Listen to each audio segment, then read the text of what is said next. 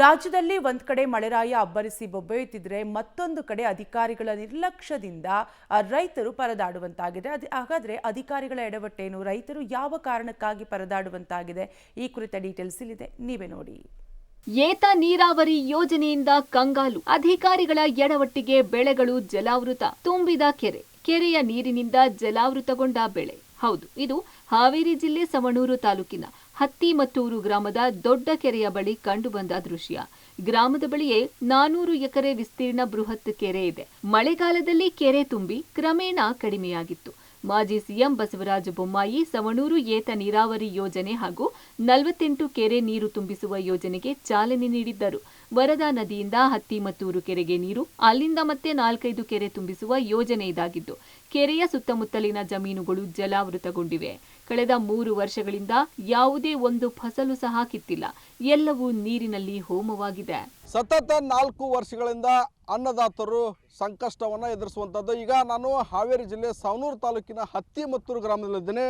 ಈ ಹತ್ತಿಮತ್ತೂರು ಕೆರೆಯನ್ನು ತೋರಿಸ್ತೀನಿ. ನಾನು ಸಂಪೂರ್ಣವಾಗಿ ಕಳೆದ 4 ವರ್ಷಗಳಿಂದ ಸತತ ಈ ಏನು ಕೆರೆ ಇದೆ, ಈ ಏತ ನೀರಾವರಿ ಯೋಜನೆಯಿಂದ 48 ಕೆರೆ ತುಂಬಿಸುವಂತಹ ಯೋಜನೆಯನ್ನು ಸರ್ಕಾರ ರೂಪಿಸುವಂಥದ್ದು. ಕಳೆದ 4 ವರ್ಷಗಳಿಂದ ಈ ಭಾಗದ ಸುಮಾರು 500 ಎಕರೆ ಜಮೀನು ಪದೇ ಪದೇ ನೀರಿಗೆ ಅಂದರೆ ನೀರಿನಲ್ಲಿ ಜಲಾವೃತವಾಗುವಂಥದ್ದು. ಹೀಗಾಗಿ ನಾನು ರೈತರ ಜಮೀನನ್ನು ತೋರಿಸುವಂಥ ಕೆಲಸ ಮಾಡ್ತೀನಿ. ರೈತರು ಕೂಡ ಪ್ರತಿ ವರ್ಷ ಮೆಕ್ಕೆಜೋಳ, ಹತ್ತಿ, ಕಬ್ಬು ಸೇರಿದಂತೆ ಭತ್ತ ಬೆಳೆಯನ್ನು ಬೆಳೀತಾರೆ. ಆದರೆ ಏತ ನೀರಾವರಿ ಯೋಜನೆ ಮಳೆಗಾಲ ಪ್ರಾರಂಭ ಆಗ್ತಿದ್ದಂತೆ ರೈತರು ಮೆಕ್ಕೆಜೋಳ ಸೇರಿದಂತೆ ವಿವಿಧ ಬೆಳೆ ಬಿತ್ತನೆ ಮಾಡ್ತಾರೆ. ಆದರೆ ಪ್ರತಿ ವರ್ಷ ಕೂಡ ಕೆರೆ ತುಂಬಿಸುವ ಯೋಜನೆಯಿಂದ ಅನ್ನದಾತರು ಸಂಕಷ್ಟಕ್ಕೆ ಎದುರಿಸುವಂತಹ ಪರಿಸ್ಥಿತಿ ಬಂದಿರುವಂಥದ್ದು. ಏತ ನೀರಾವರಿ ಯೋಜನೆಯನ್ನು ಪ್ರಾರಂಭ ಮಾಡೋದಂತಂದರೆ ನೀರನ್ನು ಲಿಫ್ಟನ್ನು ಮಾಡುವಂತಹ ಕಾರ್ಯ ಮಾಡ್ತಿದ್ದಂತೆ ಹತ್ತಿಮತ್ತೂರು ಕೆರೆ ಸಂಪೂರ್ಣವಾಗಿ ನೀರು ತುಂಬಿ ರೈತರ ಜಮೀನಿಗೆ ಬಂದಿರುವಂಥದ್ದು. ರೈತರ ಬೆಳೆಯನ್ನು ತೋರಿಸ್ತೇನೆ. ಸಂಪೂರ್ಣವಾಗಿ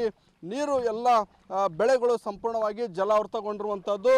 ಪ್ರತಿ ವರ್ಷ ಇದೇ ರೀತಿಯಾದಂಥ ಸಮಸ್ಯೆಯನ್ನು ಎದುರಿಸಿ ರೈತರು ಸಾಲದ ಸುಳಿಯಲ್ಲಿ ಸಿಲುಕುವಂತಹ ಕೆಲಸವನ್ನು ಮಾಡ್ತಿರುವಂಥದ್ದು. ಹೀಗಾಗಿ ನೀರಾವರಿ ಇಲಾಖೆಯ ಸಿಬ್ಬಂದಿಗೆ ಇದನ್ನೆಲ್ಲ ತೋರಿಸಿದ್ರು ಕೂಡ ಯಾರು ಕೂಡ ಇವರು ಮನವಿ ಕೊಟ್ಟಾಗ ಮಾತ್ರ ನೀರನ್ನ ಸ್ಟಾಪ್ ಮಾಡುವಂಥ ಕೆಲಸ ಮಾಡ್ತಾರೆ. ಆದರೆ ಮತ್ತೆ ರಾತ್ರಿ ನೀರು ಹರಿಸುವಂಥ ಕೆಲಸ ಮಾಡಿ ಪ್ರತಿ ವರ್ಷ ಕೂಡ 500 ಎಕರೆ ಬೆಳೆ ಸಂಪೂರ್ಣವಾಗಿ ನೀರಿನಲ್ಲಿ ಜಲಾವೃತಗೊಂಡು ಮಾಡಿದ ಸಾಲವನ್ನು ತೀರಿಸಲಾಗದೆ ಸಾಲದ ಸುಳ್ಳಿಗೆ ಸಿಗುವಂಥ ಕೆಲಸವನ್ನು ಆಗ್ತಿದೆ. ಆದರೆ ಸರ್ಕಾರ ಮಾತ್ರ ನಮ್ಮ ಸಮಸ್ಯೆಯನ್ನು ಕೇಳುವಂಥ ಕೆಲಸವನ್ನು ಮಾಡ್ತಿಲ್ಲ. ಹೀಗಾಗಿ ನೀರಾವರಿ ಇಲಾಖೆ ಅಧಿಕಾರಿಗಳ ಎಡವಟ್ಟಿನಿಂದ ಪ್ರತಿ ವರ್ಷ ಕೂಡ ಹತ್ತಿಮತ್ತೂರು ಗ್ರಾಮದ ರೈತರು ಕಣ್ಣೀರಿನಲ್ಲಿ ಕೈ ತೊಳೆಯುವಂತಹ ಪರಿಸ್ಥಿತಿ ನಿರ್ಮಾಣವಾಗಿರುವಂಥದ್ದು. ಕಳೆದ 5 ವರ್ಷಗಳಿಂದ ತಹಶೀಲ್ದಾರ್, ಕರ್ನಾಟಕ ನೀರಾವರಿ ನಿಗಮ ಸೇರಿದಂತೆ ವಿವಿಧ ಇಲಾಖೆಗೆ ಮನವಿಯನ್ನ ಮಾಡಿದ್ದಾರೆ. ಯಾರೂ ಸಹ ಪರಿಗಣನೆ ಮಾಡಿಲ್ಲ. ಕೆರೆ ಸುತ್ತಮುತ್ತಲೂ ಇರೋ 160ಕ್ಕೂ ಅಧಿಕ ಎಕರೆ ಜಮೀನಿನಲ್ಲಿ ಬೆಳೆದ ಕಬ್ಬು, ಮೆಕ್ಕೆಜೋಳ, ಮೆಣಸಿನಕಾಯಿ ಹಾಗೂ ತೋಟಗಾರಿಕೆ ಬೆಳೆ ಹಾನಿಯಾಗಿದೆ. ಬ್ಯಾಂಕ್ನಲ್ಲಿ ಇರೋ ಬೆಳೆ ಸಾಲ ಹೆಚ್ಚಾಗುತ್ತಿದೆ. ಪ್ರತಿ ವರ್ಷ ಕೆರೆಯ ನೀರು ಜಮೀನಿಗೆ ನುಗ್ಗಿ ಫಸಲು ಕೈ ಸೇರುತ್ತಿಲ್ಲ.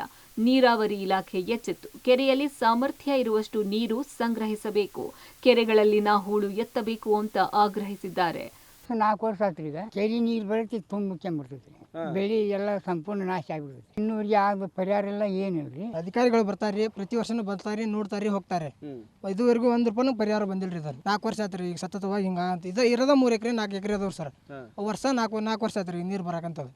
ಯಾರು ಒಬ್ರು ಬರೋಲ್ರಿ ಇಲ್ಲಿ.